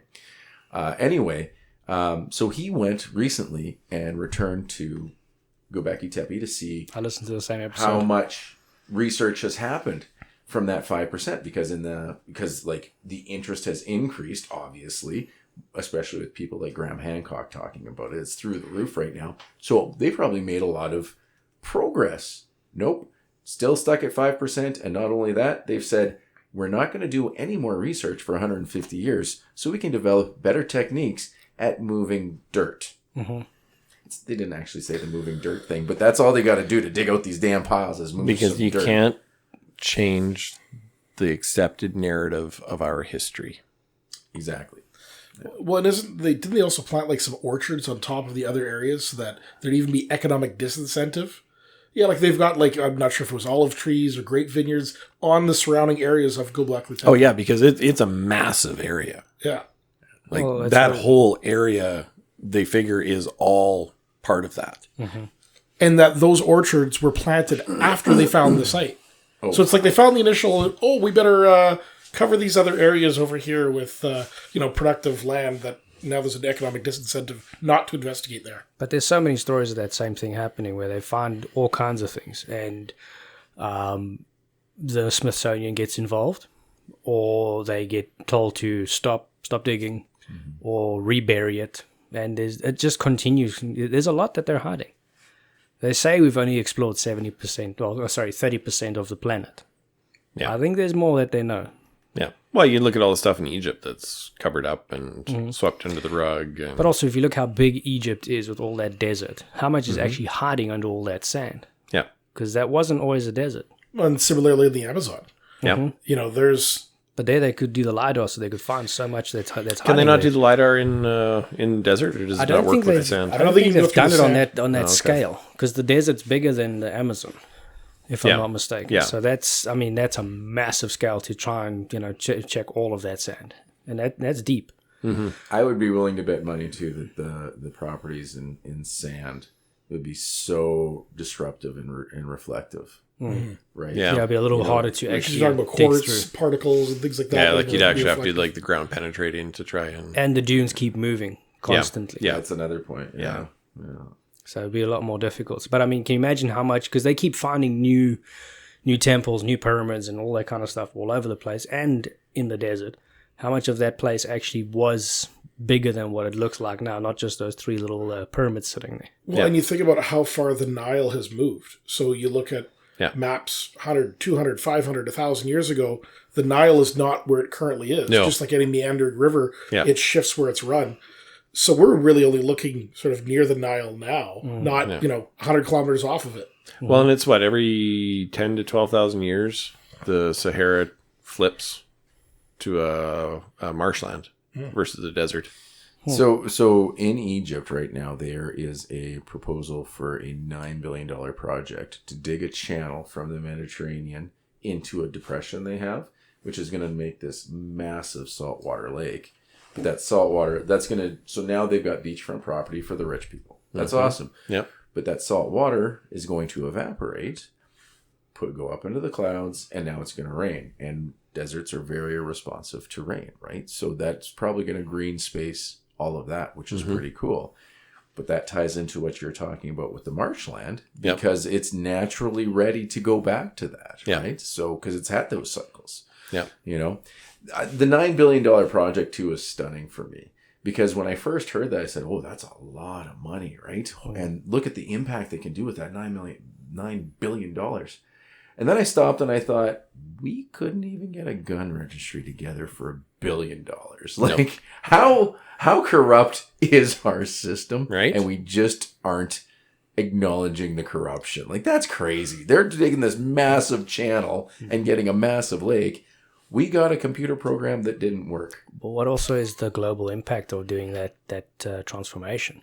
Because currently you can pick up sand from that desert sitting in Texas with how the world moves around and the winds and everything like that. Yep. So what kind of impact is that going to have if that starts changing that desert? Yeah, when you change that whole ecosystem on the fly sort of thing. The idea of the butterfly flaps its wing is in Africa, and you get a hurricane in Florida. Exactly. And you weren't even here for when we were talking about the butterfly effect earlier on. No. We literally not that exact, but we did talk about the butterfly effect. Yep. Well, and speaking, so you have the $1 billion gun registry that went nowhere.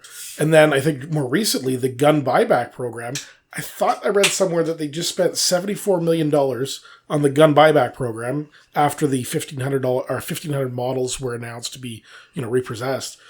And they haven't bought back a single weapon. No, because part of that is they can't find a company that's willing to take on, because they have no idea how to do it. So they've been having open tenders for companies to bid on to take on this project. Nobody wanted to do it. One company accepted, and as soon as the gun community in Canada found out this company, they dropped it in less than 2 weeks after applying. So what did they spend the $74 million on? Like, that's the crazy part. $300 million in his account. Yeah. $2.99 and advertising. There you go. Well, and that's the biggest problem, right? There is no accountability for really the majority of our government spending. It gets sent to, what do we send? Like $3 million for gender studies somewhere in Africa. What? Why? Brilliant. What the fuck do we care about that in Canada for? It's actually exporting wokeism. Gotcha. But they're smart enough to look at us and go, what are you asking? Like, they honestly don't understand the question half the time. What I love about their new buyback incentive is they're going to take all of these guns that people legally own, and then we're going to send them to Ukraine. Which makes no sense. These aren't weapons of war. Like, they're Well, going to of course they are. That's why they're banned, Andrew. Oh my god! Some of them, like, no offense, you're than taking South small caliber weapons in some of these cases. They're not going to necessarily have the right ammunition. They're not going to have spare parts. No. Like, you're literally handing a box of junk at that point Yeah. off to a foreign war environment. Just makes no sense. It's better than No, South I Africa. agree 100%. I mean, like the WK 180s, the Gen 1s and Gen 2s, those things are fucking garbage. If you put more than 100 rounds through them, they're shit. But we're going to send them to a war? Like, you want to be on the front lines of Ukraine? It's like, here's a broken gun. Might as well stick with the Mosin Nagant that they're fucking using now. Just on a tangent, I saw on something where you can still pick up Lee Enfields. I want to get my hand on a Lee Enfield so badly. They're beautiful, beautiful weapons. Yep, you can get them. The problem is the vast majority of them are sporterized. And if you want an unsporterized one, then Paying through the nose. Yeah. Because that's a beautiful that said, you weapon. can pick up sporterized ones and you can get the wood parts to restore them back to close to stock. That would be amazing, right? The balance of those weapons, they just they look cool and accurate. Yeah. I don't know if you guys have ever fired one. They're amazing. They really are. Yeah. 30-06, I believe. I could be wrong. I feel like it's 30-06 round. No, I thought it No, was it's the 303 or 303 something. British. Yeah, it is Yeah. 303. Yeah. Yeah, because Jordan's got one. He's got a sporterized one Oh, okay. that he was gonna restore back. But the more he looked into it, the more he's like, whatever, fuck it. It still works the same, right? It's, Yeah. like, Makes whatever. pew pew sounds. At least now he can put a scope on this one and he could use it for hunting if he wants. But the rounds are hard to come by and they're expensive 303. Yeah. Really? because you can't buy them anymore. You can only get reloads. Well, I shouldn't say you can't buy them anymore. They're difficult to buy. I But you never can would get guess that. you can get guys that do. They just like if you got a 303, you keep all your brass, and there's guys you can send it to, and they'll reload them and send them back, kind of thing. Well, there you go. I figured that 303 would have been a relatively common round. It was at one point, but It's gone the way of the dodo. There you go. That's why I like 308. They will never go away. 30-06. 6.5. 6.5. That's You're- a pretty you're bougie jam. ammo. No, Yeah. 6.5 and 308 are the same round. For sure. I hear what you're saying, but it's a very modern round. Oh, yeah. Right? You know, like Yeah, it that, is. that 6.5 millimeter. But that's why it's better. Shoots flatter. Yeah. But on a timeline continuum, I think I'd be Yes. willing to bet money that the 308. Well, yeah, The 308 308 will be is by far more common round. Yeah. 100%. The 6.5 is starting to become a common round, but Still stick with the 30-06. might as Good well shot. just get the SKS, get the 60 or the 7.62. Doesn't have a lot of range. No. No. SKSs are cool weapons, though. They really are fun. Oh, to they're fire. great as long as you're staying under 300 yards. Oh, my God. 50 yards. I can hit my gong with mine at 200 yards fairly consistently. Oh, really? Yeah. Father-in-law, he had one for a little while. And when he first got it, he showed it to me. I mean, not mine. One I borrowed from a friend. I Yes. don't own weapons Yours, anymore. boating accident, right? Yeah. It was tragic. And we got took it out of the box and fired, put some rounds in it. There was a white rock about 35, 50 meters down his lane, pulled it out, bam, first shot straight onto it, hit that rock. And that's surprising considering it's like Chinese garbage manufacturing, and yet no sighting in, and boom, you could do it. It's just, it's an idiot proof weapon. They're just a nice weapon. They're nothing special, No. but it's idiot proof, Yeah. right? Yeah, I really like mine because mine's actually a Russian one. Mm-hmm.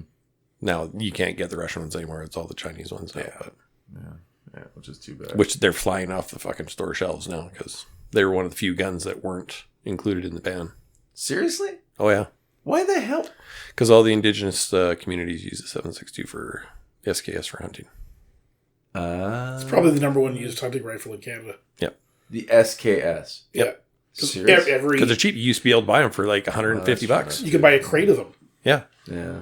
right? Yeah, you could get 10 SKS rifles for $1,000. And the ammo was dirt cheap. Yeah. And it's still, Is it? compared to everything else, you can still get SKS ammo on sale for $10 for 20 rounds. Regular price is about 15. Really? Yeah. And then if you buy corrosive in crates, you can get it way cheaper. But But what are you getting? yeah, Yeah. as long as you're cleaning your rifle all the time, that's fine. But Cool. Anyways, I'm going to take a short break here, and we will be back in a bit. All right, we are back. We've got our cups refilled here. Andrew's coughing slightly less now, but Not enough pine needle in this cup. no, need it that needs more goldenrod. homeopathic remedies. Need some more goldenrod. How you doing? So no, we were talking about this in the break. We were kind of going over topics for what we were going to do last week before life interrupted everything. And one of the things was the Tyson fight. So we were having some discussions about this, and I decided we better start recording it because we got some good topics going on. We were talking about the Saudi prince there with his $700 million offer to Tyson if he knocks out Paul in the first round. I think you should do it. Well, and then I jumped in saying that I don't think Paul will take that fight. No, and 100%. There's no way he's taking that fight. The only way you willingly step into a ring with Mike fucking Tyson is because it's fucking fixed. And you've broken his legs before. Yeah, and he's in a wheelchair. I don't know, guys. I was No. really confident in Tyson before that. And the first round, he looked okay. But the way he was chewing on his glove, the way his right knee was going during that fight. He's chewing on his glove as a reminder not to throw that fucking counter hunk. You could see it. There was 3 or 4 times when I was watching that fight where he slipped the punch, came down, and was going to fucking unload. And he's like, $20 million, can't do that. It's a possibility. Or he's got brain damage.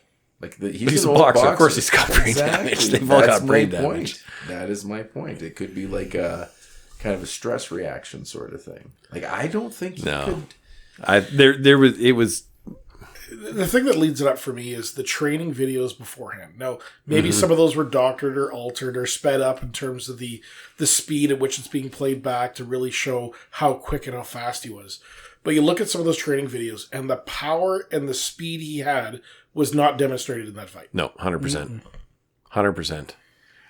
And- He's also punching air or moving around somebody who he's training who's not reacting like a boxer would. He's there. No, but he was trying doing to- standard training with the pads and the body protection on the sparring partner. Like it's the exact And the same sparring stuff. partner looked fearful Yeah. and looked like he was he was moving the sparring partner back with those hits. Like, I want to believe in Tyson too, guys. I do, but he's a 58-year-old dude, man. Like, that's... Oh, I agree. He's fighting a younger guy. His cardio's not going to be good, but You take a look he still has that power. And the checking of the hits, right? Like there were moments there where you could tell he wanted to throw the punch and he held back. Yeah. Or he Yeah, didn't you have could- the range and he didn't want to open himself up. That's No. a distinct possibility too, depending on the camera. No, there was It's his signature move. Yeah, there was 2 times, 100%. It was Tyson in the 90s. He dodged a punch, ducked down, cocked back to throw that right hook to his head. And he got here and the shoulder started moving and then he stopped. I don't know. And that's not a... You take a look. Okay, so step this back. George Foreman, fierce fighter. He was at the time one of the deadliest punchers out there, right? Sure, he got rope-a-dope by Ali, but it does not diminish the power he actually had in his punches. One of the greatest hitters out there, right? Yep. And he set a record when he won the championship belts, right? But I think he retired at 51 because he was too old. And when he stepped back into the ring in the late 30s, early 40s, and won his belts and stuff like that again when he came back after that 20-year hiatus, he was an old man. Yeah. Well, he retired way younger than Tyson was in this fight. Like, there was no way he was older than 51 or 52 when he retired. Yeah. He was an old man. And he was a great boxer in his prime. Just like Tyson was a great boxer in his prime. But Tyson's 58. That's an old man in boxing years.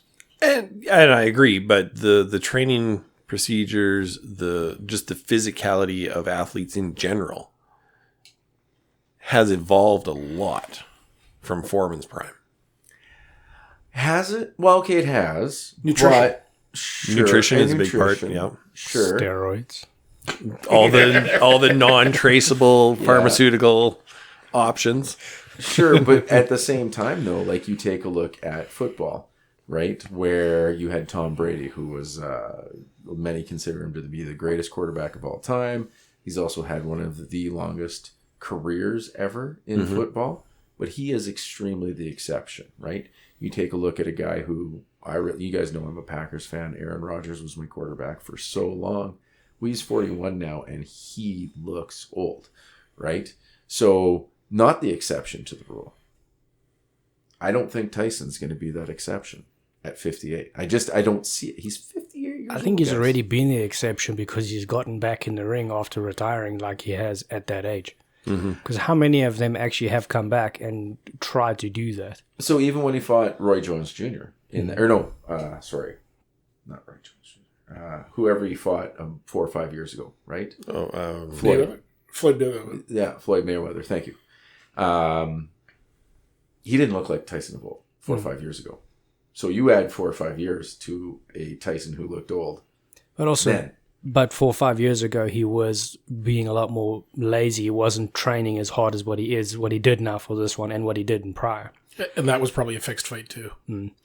Joe Rogan actually pointed it out where when you first met Tyson, he was fat and old and sluggish, and when he came back on the podcast, completely different human being. Yeah. Was a completely different animal in look, in build, and everything. I mean, he was off his weed, he's off of this and off of that, and he was back into it. So I think there has been a fluctuation at that point, but I don't know. We'll see. We'll see if he actually goes and does anything else from here too. I'm actually quite keen to see. Well, I don't know that he needs to, right? I don't think he needs to. Like the money he got off of this fight was meant to set him up for life. Because I think it's an ego thing though. A mental ego thing because of how this one has gone and how the media has gone and the kind of person he seems to be. I think it's going to nag. Yeah, at him. he's back in the spotlight now, right? He's got to take. It's like the rock bands, right? And they retire, and then they go back and they do this charity tour for something, and they're like, "Holy fuck, I missed this," right? And now all of a sudden they're like, "Fuck, I need to get back out there." Right? Part of it's money. It's always going to be money. But a part of it is that it's that still that thrill, the ego. crowd, the whole just getting in that environment and everything. Yeah. It's like doing your triathlons, doing them versus not doing them. When you get in there, your mindset, everything just changes as to you want to be there. And you've been off of it for a while and you get back into it and you're like, I really missed this. It's the same thing. and to Vance's point, I think at 58, you can check your ego as you're crying on your pillow with $40 million underneath it. Right. So I as much as I think that Tyson has very much a personality and an attitude and a temperament that wants him to be the best, I think at 58 that gets checked to the side, and he's willing to train and take on a fight for whatever it was, $40 million. I don't know that he's got enough ego to like get him back into fighting shape just to want to take it on. Throw $700 million at it. I think, that changes the picture. That can motivate a lot of people to do a lot of things. But I don't think his ego is enough to then set him up for an actual real fight, down the line here. I just don't see it now that he's got enough money to sort of set him up. Well, that $700 million is very contingent though too, because he has to knock out Paul in the first round. Yeah. Straight up, right? And I do believe they're going to be doing 3-minute rounds. I haven't seen the details on that, but to get $700 million, first round knockout. See, but I like, so if the fight wasn't rigged, Paul should jump on that. Probably. But If this the is fight- more in Tyson's If court the fight first, was rigged, there's no way in hell Paul takes that fucking match. Oh, yeah. Yeah, I agree with you 100% on Not that. unless he's willing to eat a punch for $100 million or something. Mm-hmm. Right? Mm-hmm. Which, I don't know if I'd want to get punched by Tyson for $100 million. Also, I think I know why he was chewing on his glove. It was custom-made gloves that had earwax flavor. There you go. Speaking of Tyson and money, though, too, I don't know if you guys heard about this, but in order to train for the Paul fight, he turned down a commercial that he had contracted to do, and that company, it turns out, wants to sue him for $1.7 million for breach of contract. So that's kind of interesting, and I wonder if that's good marketing by that company, because you know what? How much publicity are they going to get by sitting there saying, hey, I want to sue Mike Tyson now. Yeah, that whether he's they on- win or lose. my name's out there. Yeah, Yeah. that's true. You're supposed to be on true. our ad. Yeah, well, sue me. Yeah, but like right now, everybody. This is 2 weeks later, and people are still talking about him, and there's still pressure and interest in that fight, and whether it was rigged or not. Right? Is there going to be a rematch? All that other stuff. So this company might make bank. What was the market. company? Is it a hearing aid? I have no. Nice. That was solid. Gentlemen, lend me your ears. Yeah, Andrew can get laugh track for that one. But there was all those fights were, well, that's not true. The second fight was a really good fight. Did you guys ever go back? I know that night I nagged you guys to watch those. Did you guys actually ever watch the second fight? That was one no. of the better, and it was welterweight as a fun. It's like anybody out there listening, if you're not into boxing, welterweight fights tend to be some of the best because they're pretty good sized, but they're still also really fast, good skills. I think that lots of applies for just about anything. Well, MMA welterweight fights are always entertaining. Yeah, because they've got power, they've got speed. It's prime fighters, right? Like it's It's like peak And there's physical action. human There's form. constant action. They actually keep moving. Yeah, yeah. There's not a lot of back and forth, and you know, It's not as slow as waiting. your heavyweights. Yeah, exactly. I would like to undergo the training aspect to get to that level. Well, maybe not to that level, but like to find out what their training schedules are and actually try to do that for a few weeks. Like that would be amazing to attempt. I wouldn't do just their training schedule. I'd actually say go train with them. Because you training at home versus training in the gym with these guys intensity. being these animals, you're gonna the intensity completely changes. With somebody else driving you as well. The mental aspect of it. And it is 100% when you've got somebody else there. Because I mean, we're guys. We have egos. We're like, well, fuck. No, I'm not tired. I'm not tired yet. You don't want to look like Your a bitch arms to the won't champ. fucking swing, but I'm not tired. It would be a fun challenge to take on. You know, get fight ready style of training. That would be fun to do. Never done it. Would like to do it. Like I've done training in gyms and stuff like that, but never to get ready for a fight. It's a whole different animal. Yeah. Dialing in your diet that way as well, you know, so you can make weight. Like that would be, it'd just be fun to do. And heavy bag work is fun. Yeah. So it just is. I love it. Don't do enough of it anymore. No, and I agree. I'm just I've been neglected my body for so long now that it would take a lot of time to get back into even like mediocre sparring weight for doing that kind of stuff again. I have that same problem when I used to train too. And now currently I look at the drawer that has my skipping rope in it and I'm like, it seems heavy to slide that drawer out. My knees All would that not energy. take a skipping rope. I'm sorry, if you're using your knees to slide the drawer out, you got a problem. When I first got my heavy bag, after a little bit of getting into it, you know, I could go that 8, 10, 12 rounds and feel pretty good the next day. Well, now, man, if I do 6 rounds, I don't know if I change the form. Like, I've taken a long break away from my heavy bag, and I don't know if I've got a form change on my left hook or something, but my left shoulder, just the next day, it's like damn near useless. Or maybe I turned 51. I don't know what it is, but it sucks now, you know? It's too much. I was it's getting too pretty much- winded today, rolling 4 hay bales off the back of a trailer. Some big rounds. Yeah, I was like, oh, give me 30 seconds after this one. Where'd you get the hay bales? Regan. Oh, okay. Yeah, he had some from last year kicking around and two new ones from this year. Yeah. So now my lovely cows are set up for the winter. So Yeah, we used to, when I used to push my hay bales off, we'd get 11 of them from Wayne. And I'd push them off myself and just keep going. The last time, just this year, well, mind you, I was sick too, but I actually had to enlist Varric to help me with the 11 this winter. So, child labor. yeah. He's a Well, we strong rolled little- those 4 we rolled into the barn there last year. Yeah, and I'll give your cousin credit. Those ones were solid bales. They were solid Those bales. were probably like 1,500 pounds. They were big. They bales. were solid. Yeah. But these ones were a little lighter, thankfully. So Yeah, his hay is more grass than hay. Yeah.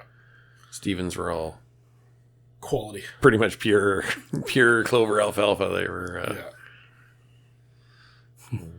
It's going to put good protein and weight on a cow. That's for damn sure. Yeah. And quick. Yeah. Well, my bull calf that I got last year, he's now about 13 months old, and he's already bigger than the cow that he was nursing off of. Yeah, so he's put on some big weight, that's for sure. So now he's just got to grow up and do his job. Oh, you didn't castrate him? No, he's He's intact. like a true bull calf. Yeah, Oh. which means he gets a little aggressive. The Jersey bulls are known for being on the Dicks. aggressive side, and he's got some nice, sharp, pointy horns too. So That also explains why he's putting on weight so good, right? He's got all that testosterone. yeah, Speaking of training, right? yeah, Testosterone. There you go. You say he's a Grows that muscle. you say he's a Jersey bull. So does it mean he moves with an accent? Fair question. So earlier on, we were talking about a bunch of Trump's appointments. Well, we were talking about one, RFK. Yeah. The one that I'm really excited about is there's a podcast I listen to called All In. Chris got me into it, and they one of their main guys on that. There's 4 guys, just like this actually, except for add a few zeros to our bank account, Okay. and because they're like all. I got all the zeros I need in my bank account. That's the problem. After the decimal point. Yes, zeros in the right places to make it look good, not just depressing. Anyway, there's 4 guys, and they come from a fairly wide and diverse political spectrum, but they all are experts and very incredible in their fields, whether it is AI or pharmaceuticals or whatever it happens to be, right? Well, one of them, David Sachs, he's the most professed Republican and a very much a Trump supporter. He got appointed as the AI and crypto czar, which is pretty cool. And I'm a big fan. When I listen to him on that All In podcast, Is that his he makes- actual title, like czar? They've been using that term in the U.S. For political appointments for Quite- quite some time. Yeah, yeah. That's crazy. And it goes back to, I want to say, the Clinton era, but don't quote me on that. It was as soon as the Soviet Union fell. It's like, hey, we can use Now we can communists. be czars. Yeah, exactly. Excellent. Sorry, not to interrupt you. No, but I totally get what you're saying, man. Especially down there where if you read and, Yeah. and all the old McCarthyisms and stuff Yeah. like that, referring to somebody as a czar was like, verboten. Yeah, I just Right? Well, czars weren't communists. They were, No, it predated. Yeah, pre. him. Yeah, Exactly. exactly. So, but still, it's also a throwback to virtually a monarchy. Monarchy, thing. yeah. And I mean, admittedly, the Russians aren't known for their tea like the British, but it's not like the Americans like a monarchy. Actually, having lived in Russia, they're probably as big on tea as the British. Seriously? Oh, absolutely. Yeah, Russian tea and vodka. Yeah. Oh, yeah. Like every household has fancy tea. I don't know. They're like heated stainless steel or silver big pots. Oh, yeah. No, it's a huge thing in Russia. in Mother Russia. Yes. Yeah, absolutely. Yeah. Where the bears come to drink your tea.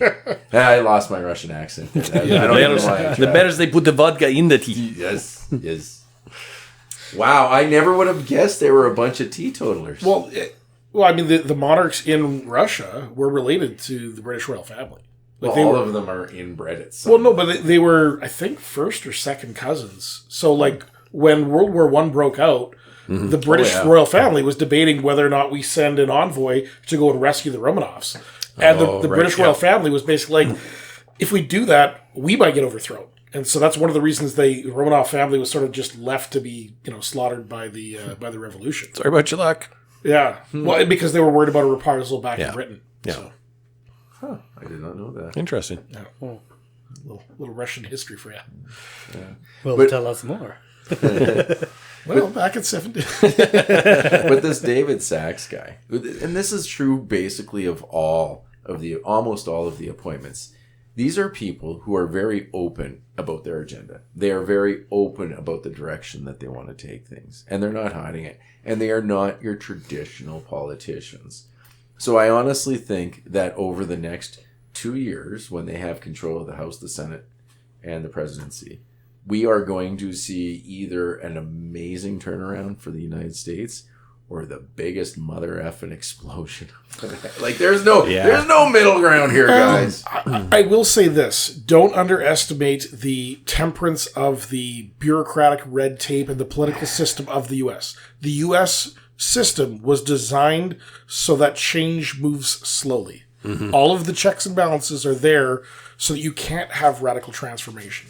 So as much as I appreciate the sentiment of the guy from David Sachs from All In, I still set that back with you are dealing with one of the biggest juggernauts ever created in humanity of a political system that is designed to be stifling and controlling and oppressive.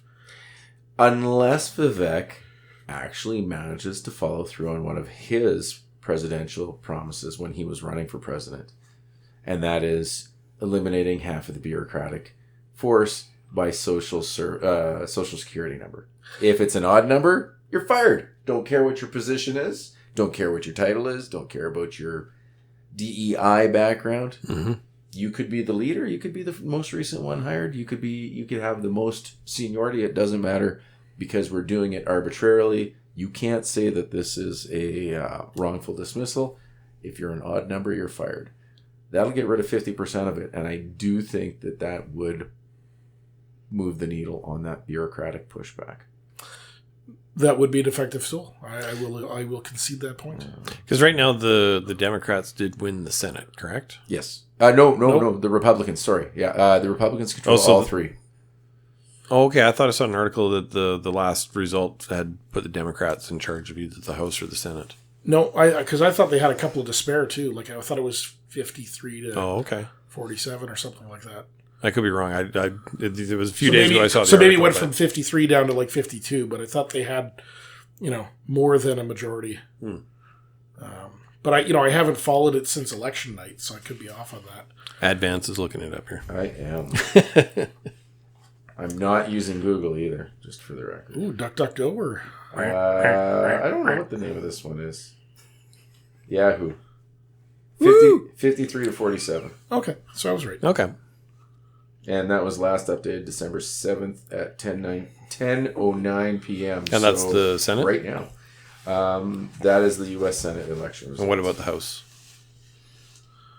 House was... Oh, House was like solid. A landslide almost. Oh, okay. Yeah. But I'll do that as well. And the Supreme Court, but... Wow. That's not a lie. That's completely different. And it actually depends on how you count Amy Coney Barrett, because she's been less than ideal, I would say. But a few positions of hers that swing more left, I think. So it was way quicker in the end than I thought for the House. 220 to 215. Ooh, that is closer than I That thought. is way closer. I'm really surprised. Of course, I'm getting this from CNN, so I probably don't believe it. But anyway. Yeah. Speaking of major news networks in the States, I absolutely love how there's that rumor going around about Elon buying... MSNBC. Yes. And the fact that it was... If you just said NBC, it's sweet. But the fact that it's MSNBC, right? So buying it from Bill Gates... and now suddenly, my favorite, because MS stands for Microsoft, right? We all know who Microsoft is. Bill Gates, billionaire, former richest man in the world, right? All of the media and wonks down there, traditional media wonks, losing their minds over maybe billionaires shouldn't own media companies. We should not let billionaires... Oh, now all of a sudden billionaires shouldn't own that freaking one billionaire buying it from another billionaire. Has anybody informed them that billionaires own every media station? Just a slight fact check on that. Microsoft divested ownership stake in MSNBC back in 2005. So that was 20 years ago almost. Sure. But you trying to tell me that there's still not a little bit of stirring going on by Billy? Yeah. Good old Billy. Yeah. If you're working for there and Bill Gates is like, hey, you need to report on this, you think anybody's telling him to fuck himself? Yeah. Good point. But yeah, no, it's interesting. And I mean, you would just be adding to the media empire, owning X. And it's interesting. I think Joe Rogan mentioned that Elon Musk is the most followed person on X. Oh, yeah? Yeah, so I thought that was an interesting.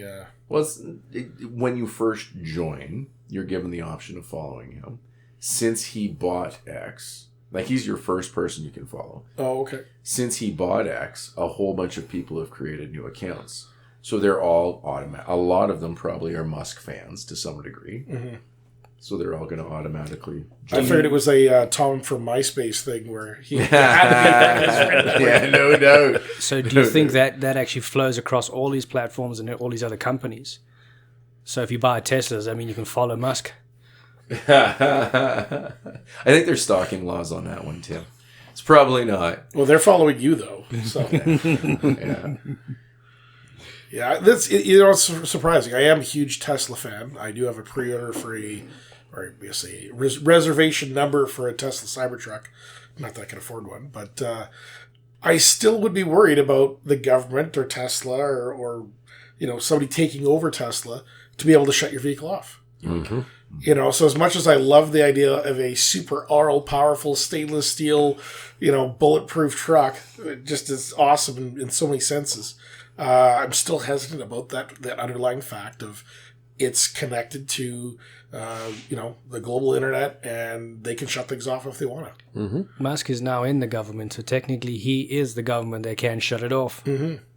Yeah, that's worrisome. As much as I'm a huge Elon Musk fan, and I value and appreciate what he has done for society in this world, I still think there's too much power in the hands of one man. Oh, 100%. 100%. Which is why I'm promoting Blue Sky. What's this guy?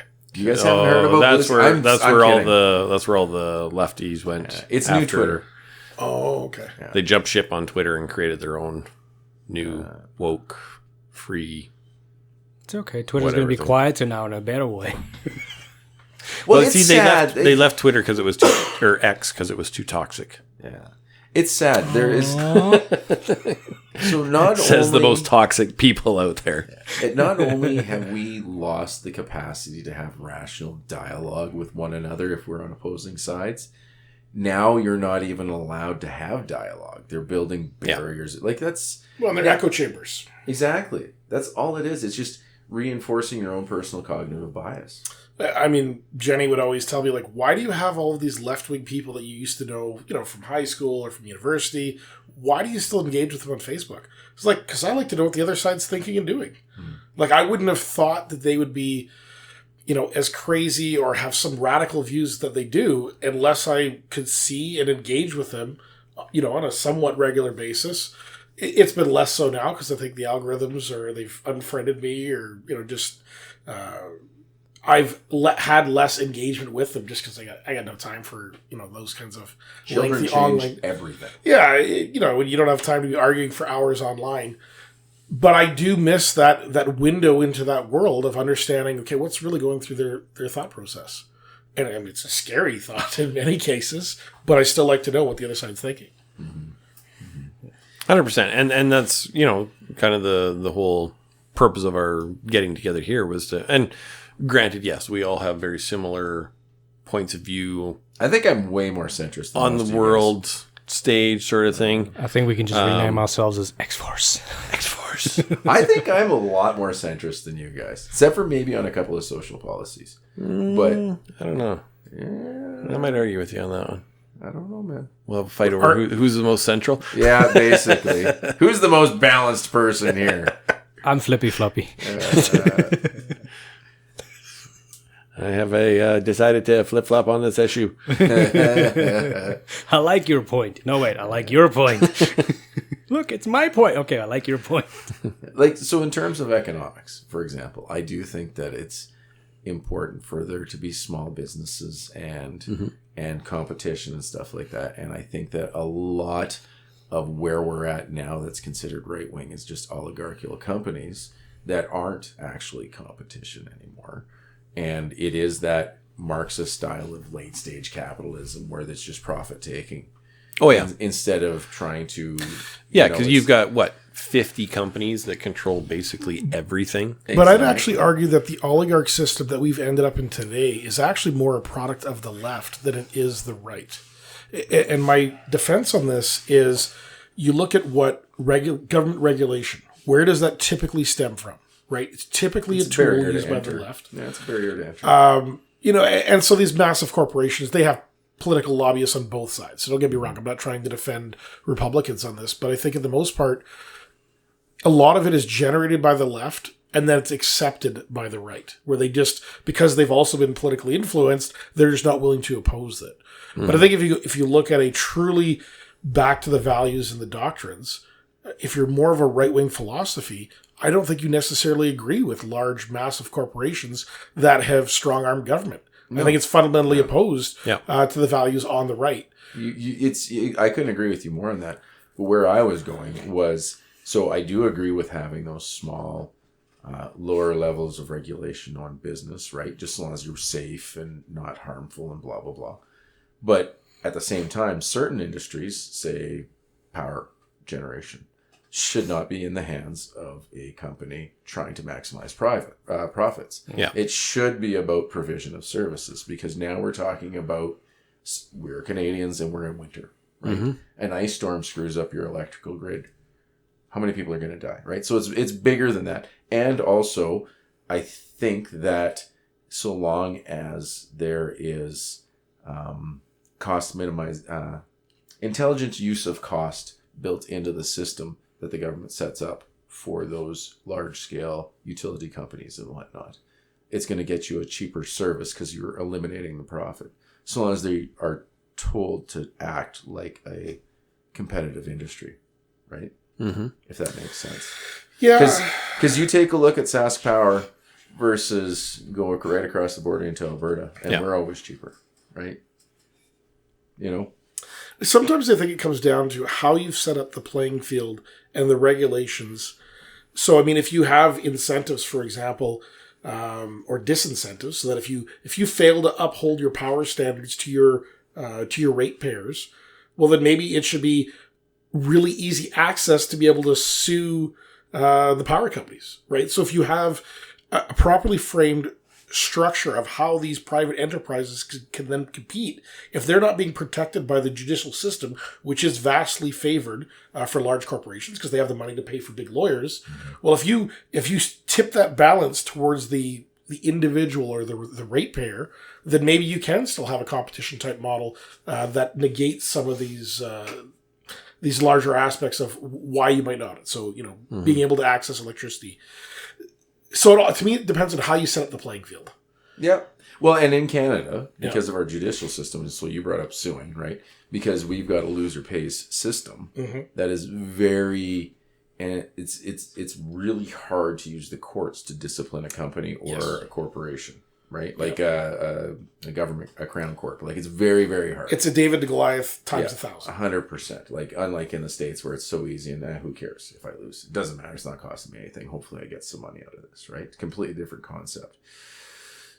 I still think that at its root, when it comes for public good type style, a intelligent government makes more sense than a company, right? Yeah, and I would just say it comes to the definition of what part of that monopoly becomes the public good. Mm-hmm. To me, it's more the transmission system. It's the lines to the individual house. I don't want 5 power lines coming from 5 competing companies, but in terms of, well, maybe there's a solar power plant or a wind turbine facility, off in some location that as long as they can tap into the grid, maybe they're able to compete. And if they can have guaranteed power delivery and penalties if they don't deliver that power. So I think you're correct. It just depends on where you limit the boundaries of what is that public good. Mm-hmm. Mm-hmm. Yeah. Yeah. Which is centrist in nature. Yes. Well, I like to, I've always framed myself as socially conservative and fiscally liberal. But with a balance of right-wing values on those fiscally liberal policies. So I think there is a role for government to play in incentivizing or creating the right framework for small businesses to be able to thrive. Mm-hmm. And a lot of that just comes down to the fact that so many of the rules and regulations and structures we have in place favor large oligarchy corporations that you need then incentives for those small businesses. I'd rather see the elimination of the barriers to entry that protect these large institutions But in failing to be able to eliminate that, then you need incentives for small business to overcome those hurdles. 100%. Yeah. Like the using government to protect a business is a classical conservative economic standpoint, right? Classical, not the political parties, and like the way that you said you're fiscally liberal and socially conservative. You used the classical traditional styles of liberal and conservative, not the way it's been perverted today. Canada. The traditional definitions of liberalism, not the Liberal Party of Canada. Not the way it's used now, my lord.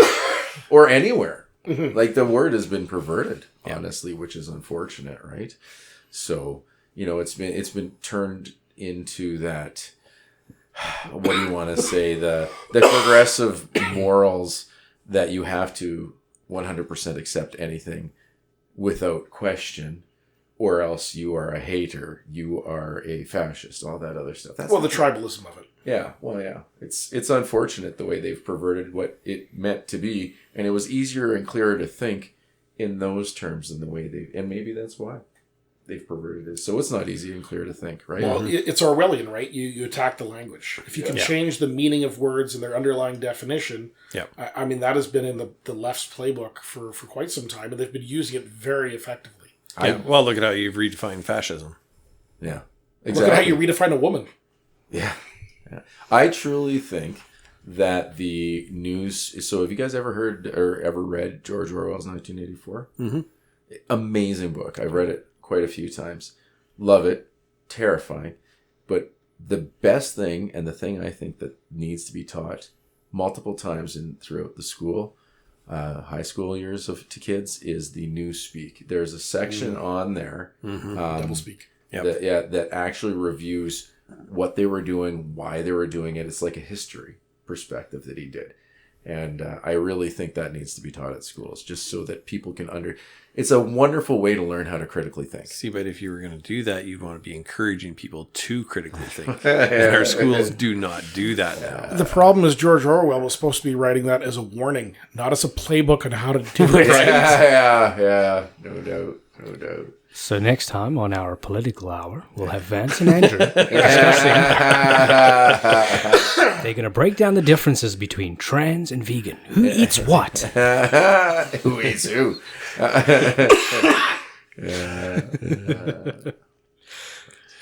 Well, we've been going here for, once again, we're over that 2-hour mark. We're going to probably wrap it up for tonight, I think. It is my wife's birthday, and I'm here doing this instead of spending the evening with her. Hey, we were so far behind on getting this goddamn thing recorded. It needed to happen.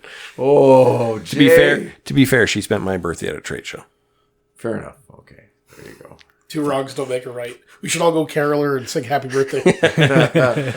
So we're gonna wrap it up. I want to tell people when we're going to be coming back again. Unfortunately, right now, I'm not sure. We're coming up to the holiday times. We were already having scheduling conflicts. It's only going to get worse over Christmas. But we're going to see what we can do.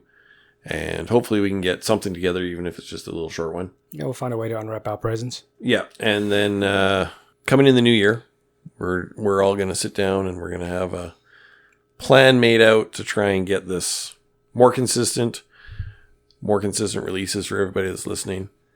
And I'd like to try and figure out a way we can actually have some people, listening as we're recording maybe, and being able to send questions, things like that. Not necessarily a live broadcast, but something. We'll figure something out. I'd like to get some more interaction from our listeners, get some more feedback. It's the whole purpose of this is to hear other people's opinions, not just our own. Yeah. And have actual conversations and discussions about this stuff. I'd love to bring in some people that are a different political view from us. Like you said, hear what they're doing. What is their thought process, right? Why are they wrong? Why are we wrong? Let us know what you guys want to hear about. Yeah, we love talking about the conspiracy stuff. We're open to everything. I mean, whatever we can wrap our heads around. Or our mouths. Not around. Back to the goldenrods again. Jesus Christ, this guy. All right, we're out. Thanks, everybody. See ya.